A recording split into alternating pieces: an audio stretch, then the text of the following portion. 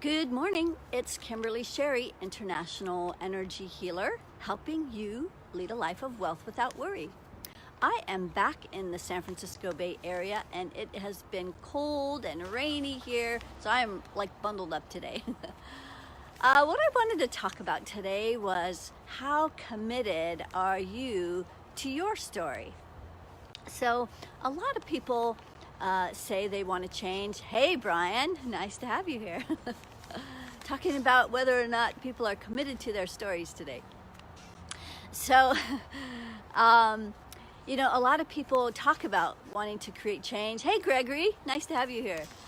A lot of people talk about creating change, and here we are already halfway into February.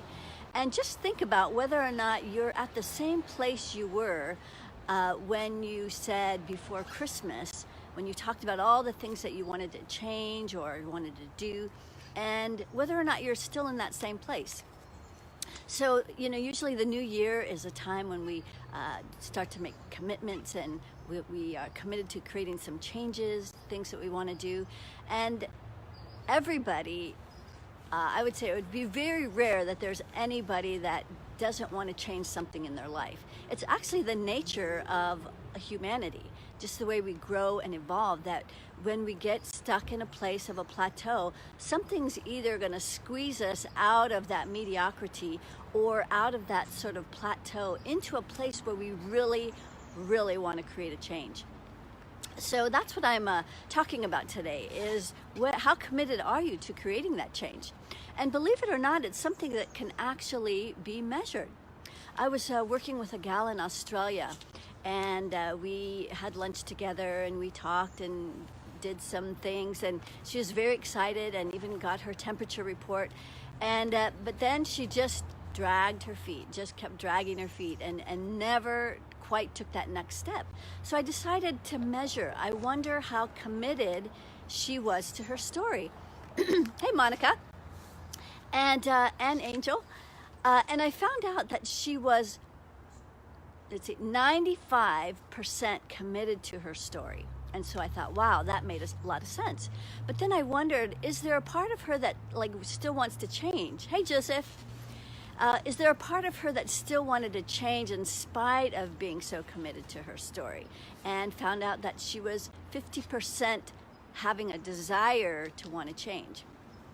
But it wasn't enough to send her over the edge before we left. So I just thought that was interesting, that this is something that can even be measured, the level of our desire to be committed. These programs are so ingrained in us that it seems like virtually impossible to create those shifts and create those changes on our own. That's why year after year after year, people are still doing the same thing. And even though they really want to change and they're sick of themselves or they're sick of things that are going on. Hey Scott, nice to have you here. I'm back in California. So anyway, we're talking about being committed to our stories. So I wanted to talk about 3 ways that you can tell if you're committed to your stories. So the first way is that you would be someone who's always complaining, or I'll say explaining, about why you are where you are in your lot in life. And there's always a big story around it and the reasons, and you just keep creating the story. And so, I found when I was in Australia, I went to this event, and he was explaining, and you've probably heard the phrase, neurons that fire together, wire together. But he gave a really good illustration and showed pictures in the brain of neurons that wire together when a new path is getting created. And he was explaining how when these neurons come together and they start firing together, that every time you repeat that action, the action that created this, or the thoughts that created this, that it creates this fatty substance that goes around this neuron, I'll call it a wire. And it's a fatty substance. It's called myelin. And every time you do the action, or you repeat the pattern, or you do the thing, it creates a thicker and thicker myelin sheath. And that's how we create these new neural pathways.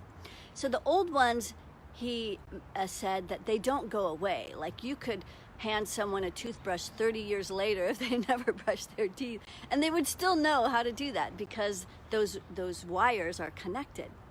But then there's things in the past that we can take the charge off of it.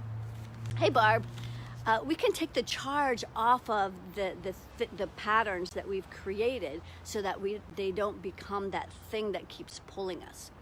But we need to keep doing a new pattern in order to create a new story. So I'll get into that in a minute. So of the three things, hey Gregory, thank you. So number one, if you're committed to your story, you're going to be doing a lot of complaining and explaining.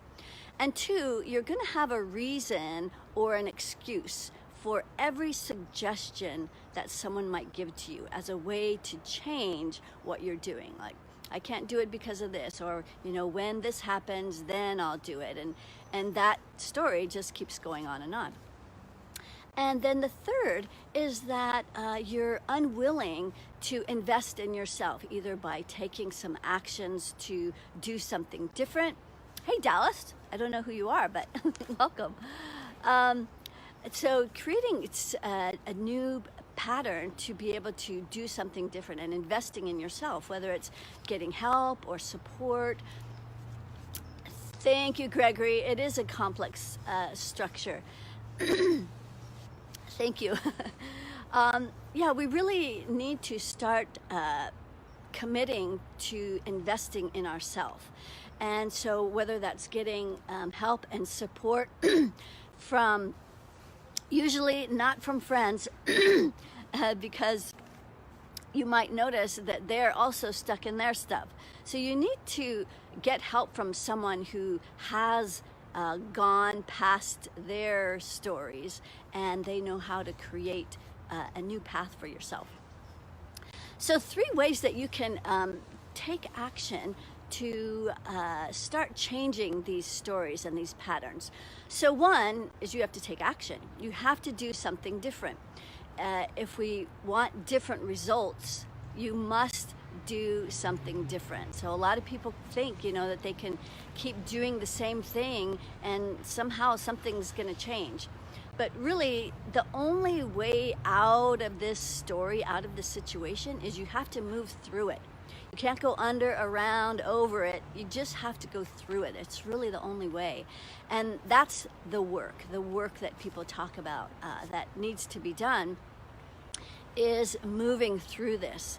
And most people can only do so much on their own. And I'm going to give you a few things that you can do for yourself on your own.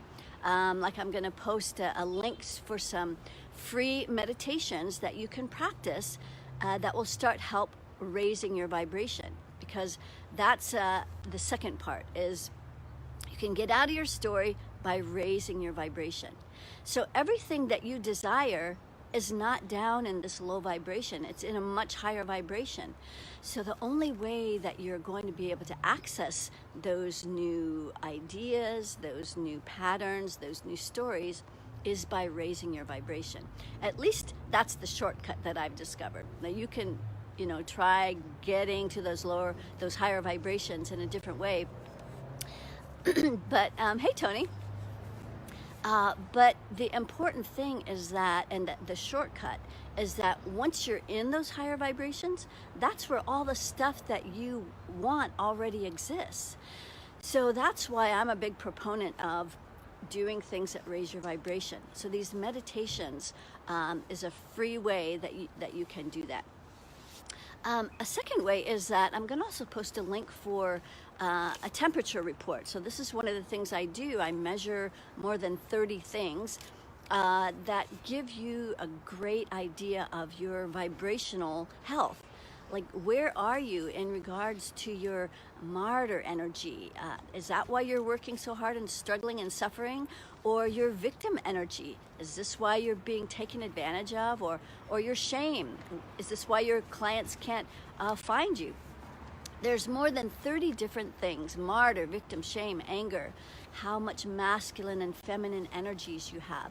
And I'll even include how committed you are to your story in that, if you'd like to participate in this. It's only $49. It's like hardly anything. And it comes with 30 minutes, so you can talk with me and answer all your questions about this report. I think it's invaluable. And then the third thing that you need to start doing is start telling a different story. Even just adding this one word, like the word yet. I was talking to a gal the other day, and she was going on about her story, and I just suggested that she add the word yet, like I haven't been able to yet. And you know, just that little bit can start creating a change in how you're thinking about your outcomes and how you're thinking about what it is that you can create. So those are the 3 tips for today. In summary, the 3 ways you can tell if you're committed to your story is: 1, you do a lot of complaining and explaining. 2, you have an excuse or a reason for every suggestion that's given to you as to why it won't work or that you tried it and it didn't work. And 3, you're unwilling to invest in yourself to get some support and help. And the 3 ways that you can start creating a change in your story is: 1, you need to take action. If you want different results, you have to do something different. Raise those vibrations would be 2, and you can do that through the free meditations that I'm going to post. And 3, start telling a different story. Tell the story about how you're so happy and grateful now that, and then tell your story how you'd like the outcome to be, and start focusing on that, the things you'd like to have instead of all the things you don't have. So think about that over this weekend, and I put in a little order for clear skies, at least for this video, so I got some cooperation. And enjoying being back here in the Bay Area. I'll be here for about another week, and then I'll be heading to New Orleans with my sister. And then we're going to be doing a cruise out of Miami to the Bahamas. I'll be a speaker on a cruise for ex-Jehovah's Witnesses. So I'm excited about that. So until next Friday, keep asking my favorite question, which is a great way to change your story. How does it get any better than this?